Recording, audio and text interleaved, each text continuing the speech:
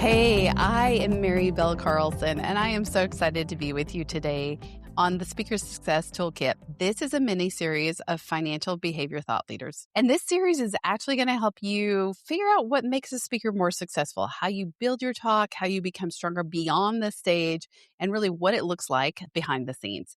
So today, a piece of that puzzle is going to get the PR and visibility. So I'm excited to be joined by Allie Zendrian. Allie comes to us from A to Z Communications, and she helps thought leaders and speakers turn their expertise into credibility. So if you've ever wondered why some speakers might be found everywhere, featured, quoted, invited back, PR is usually a big part of that story. Allie, I want to dive right in and brought something up that I think you said is important for speakers. How should people be leveraging conferences for PR opportunities? So, Mary, first of all, thank you so much for having me. And I've learned so much from you and your group. So thank you for the opportunity to do that. So in terms of conferences, the thing that I've realized and grown frustrated with is that people sort of just look at the stage as the opportunity instead of like the conference overall. The ecosphere is the opportunity. So yes, you might be speaking up on stage, which obviously is fabulous and not to detract from that. But if you're at a conference, likely there are reporters who are at the conference. So have you made it a point to, let them know that you're going to be there? Let them know that you could be interviewed about X, Y, and Z so that you're getting a twofer or a threefer out of your opportunity. So I think looking for more bang for the buck than just, I'm up on stage, I gave my speech, and then my speech ended. What's the opportunity to then get that speech to continue to live on and do more for you? I love that. And let's back up for a second because sometimes we use the word PR, public relations, and I don't know that I knew before I met you really what that meant and entailed. So could you back us up and explain what PR is, how it's different from marketing, and why people need it?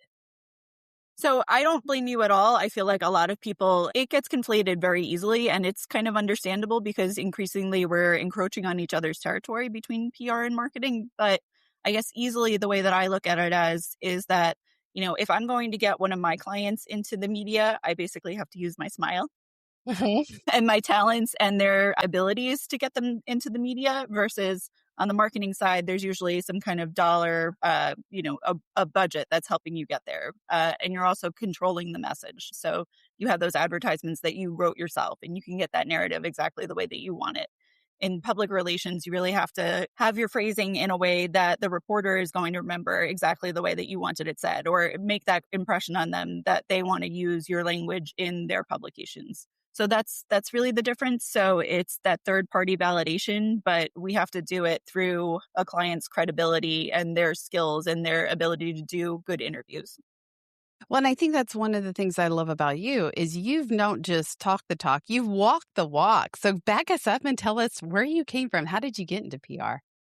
Oh, well, thank you. That's so nice. So I started my career off as a reporter. So in college, I knew that I was an English major. I knew that I wanted to write in some capacity, but actually thought I was going to do fictional writing.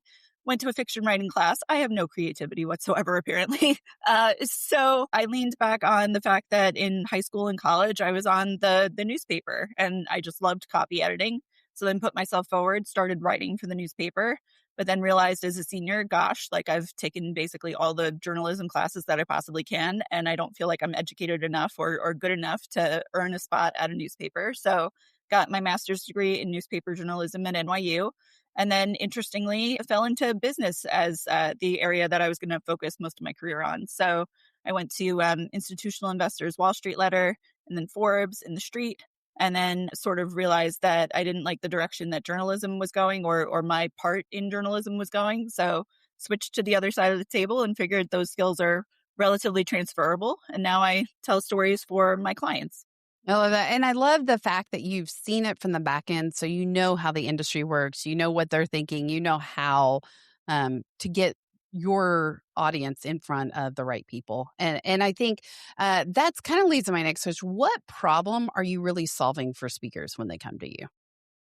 So I think the problem is that, that speech sort of lasts in its moment. So at the same time that, you would know better than I would, but the number of hours and dedication and whatnot that you put into that opportunity that lasts, a half hour, an hour, 20 minutes, whatnot. You could take that and multiply it. So the same way that you might see people who are doing a podcast like yours, and then, split that up into smaller clips so that it continues to live on. You could take that same presentation and make it into a thought leadership article, taking one avenue from what you were speaking about.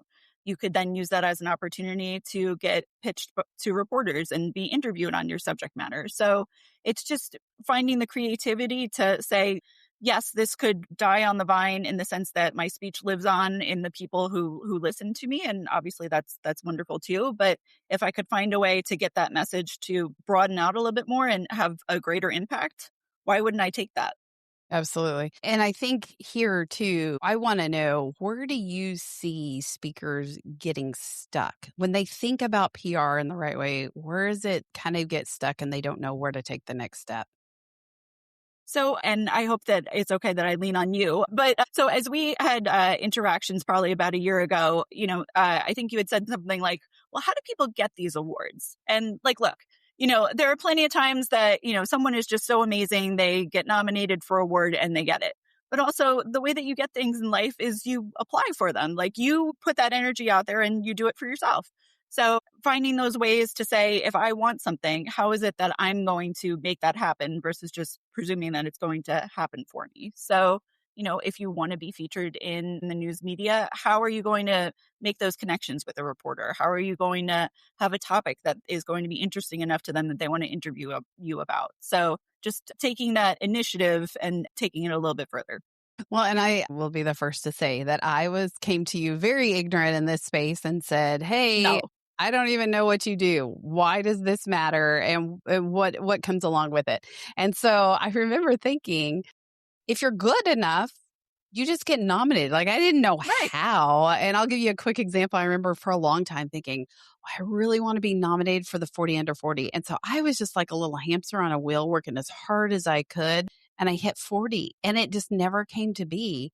Yeah, big surprise there, hit 40. But I it never just would have never guessed. that never came to be, and I was like, "Where did I miss that? Like, how did that not work?" And it just as I've worked with you these last several months, I've been realizing you go for the opportunity, and it is someone there helping you to end and really close those deals, right? Like, it's one thing to have an idea, it's another thing to have an agent, a PR agent working by your side, making sure that those things actually come to pass. And I think that's the big difference I've seen. I want you to dig in a little bit and share a story of a speaker that you've worked with who you've seen has made a real shift in how they approach PR. So first of all, to give you credit, I don't think that it's unfair for you to think that, you just get an award because you do good. Because I operated under the same premise that, if you would just put your head down and you do a really good job, you get promoted, like the good things come for you because you did the work. But the Yes. problem is sometimes you become that best kept secret that just like does the work. And because you're not look at me, I just did XYZ and I accomplished this. I'm just head down doing my work. It just doesn't happen for whatever reason. You get overlooked. So rather than being that overlooked, excuse me, I just did a fabulous job. Would you like to come see? So I think that that's the gist of what PR is really.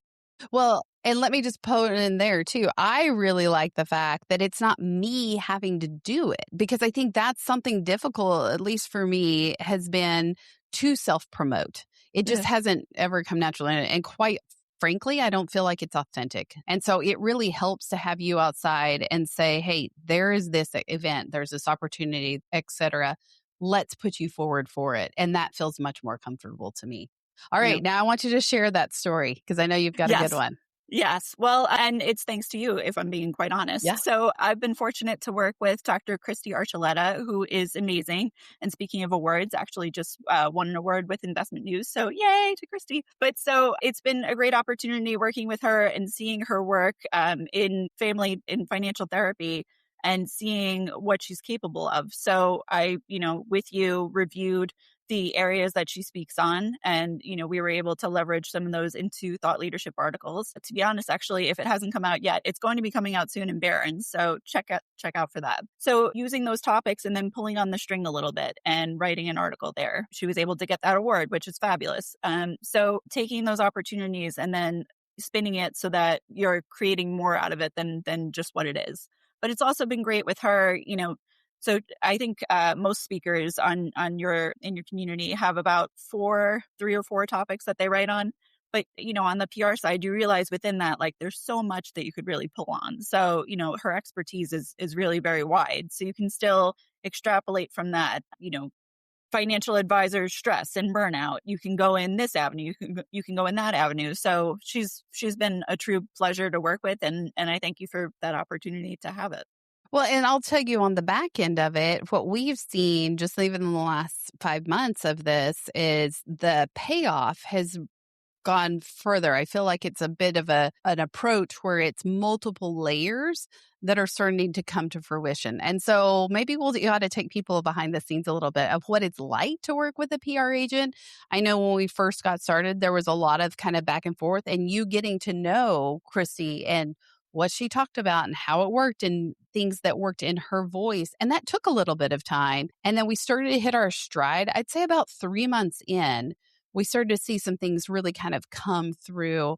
And now, after several months of working together, not only are we seeing things come through, but we're seeing things from the past even push her forward. And so I would say when working with a PR agent, one of the falsehoods is I'm going to try it for a month and then we're going to see what happens. And if it doesn't work in a month, we're done. And PR, I have found, does not work that way. It's really a long-term game. So really think that you're running more of a marathon than you are a sprint here. And with every stride, like every mile marker that you're hitting, it's kind of propelling you into that next event because they do play off of each other. What's that been like for you as the PR agent side in working? Is that typical of most paths in PR? Yes. So first of all, so you have learned so much, and that was so well put. So kudos to you on that. Thank you. There. I But try.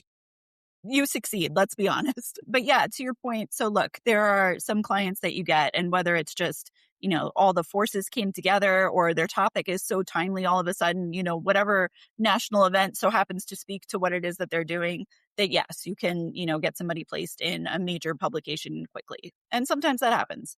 More often than not, it does take that learning back and forth of understanding, okay, well, your expertise is related around advisor burnout.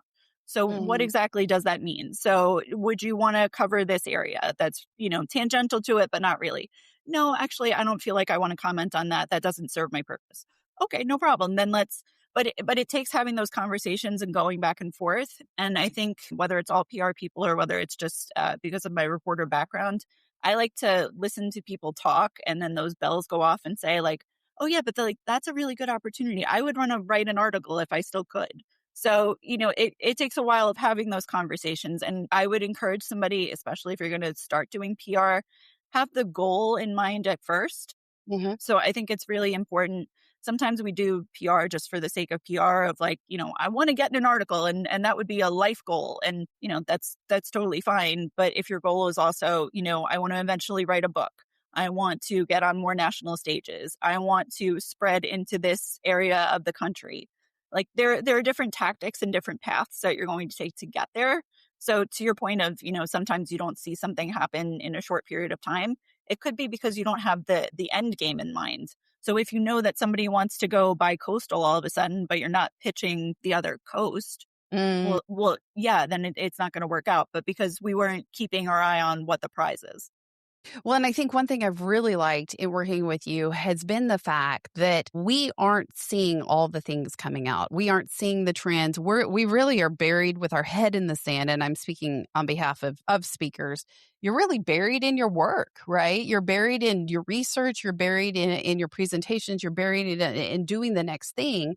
And what I've loved from you is you'll come in at the 100,000 foot level and say, hey, this is happening. Here's an article. Let's write it.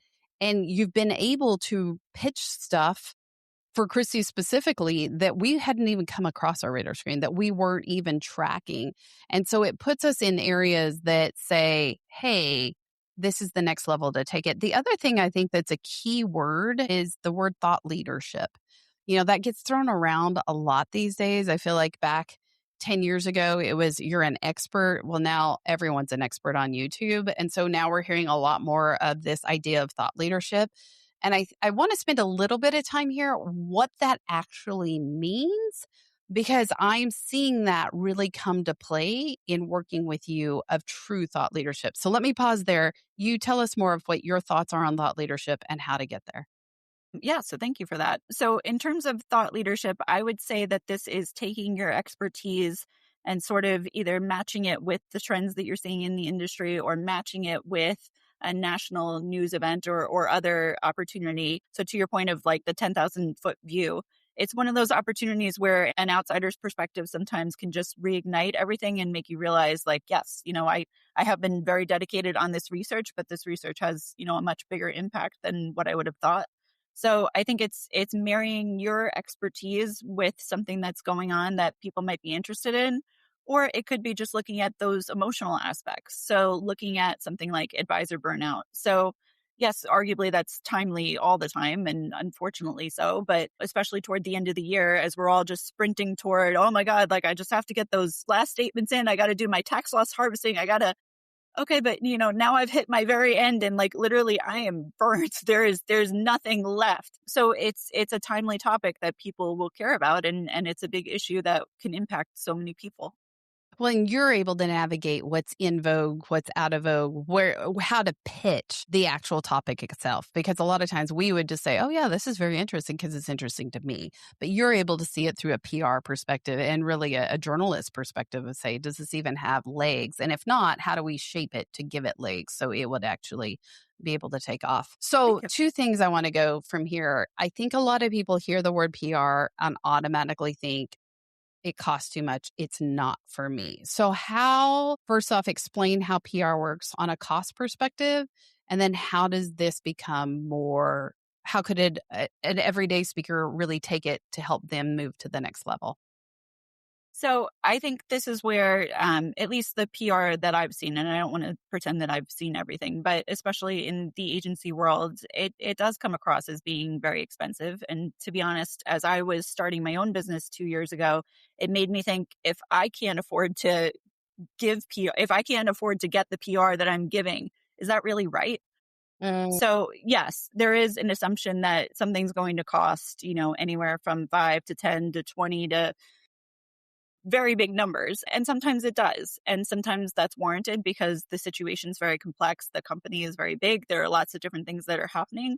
But if you're talking about, one speaker and one person, you can look at different companies and see their cost structure. I have a retainer model for some clients, and that makes sense. And in some cases, I do an hourly model because I think that that's the right thing to do. And if you only need this much help, you should only pay this much money. So, there are people and professionals, especially who are leaving bigger agencies and, are willing to work with people and want to have that kind of impact on a person because it is great to see somebody go from here to here that will help you and will do it on a more cost understanding basis. Well, and I do have to just make a quick comment here because inside the community, if you are part of our community, Allie has been very gracious to give an amazing deal for our community members. And so if you're wanting to just dabble in PR and get to try it out a bit, I would say come inside the community, get these great rates with Allie, and then you can kind of take it to the next step. Okay, I want to make it really practical. If someone's saying, hey, I'm not ready to hire somebody yet. So could you give us one or two things that somebody listening today could do right now to leverage their own PR for speaking? Yes. So I also, as much as I want to say that myself and other PR professionals are, we're very skilled and we're adept, and this is something that nobody else can replicate. Like, let's be honest, to a certain extent, people can, and people are trying with AI. In some cases it's working out. In some cases, it's not really. But so I would say something that the everyday speaker or even everyday person could do for themselves is get to know the reporters who are covering the topic that you want to be featured in.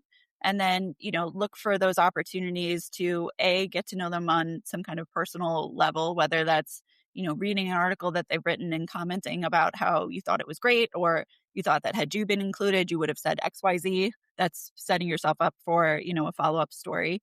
But I think it's also finding those opportunities if you're going to be traveling somewhere, if you're going to a conference, be aware of who else is going to be there.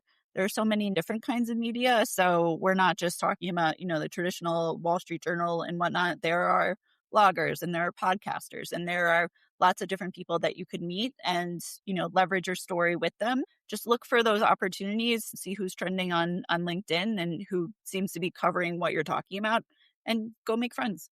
Well, and I think you've hit the nail on the head of why a PR agent, it's the relationships. That's really, really what you're leveraging there is that relationship element. And I would say that's true on the speaking agent side. Like any kind of an agent, it's the relationships in their network that you're tapping into.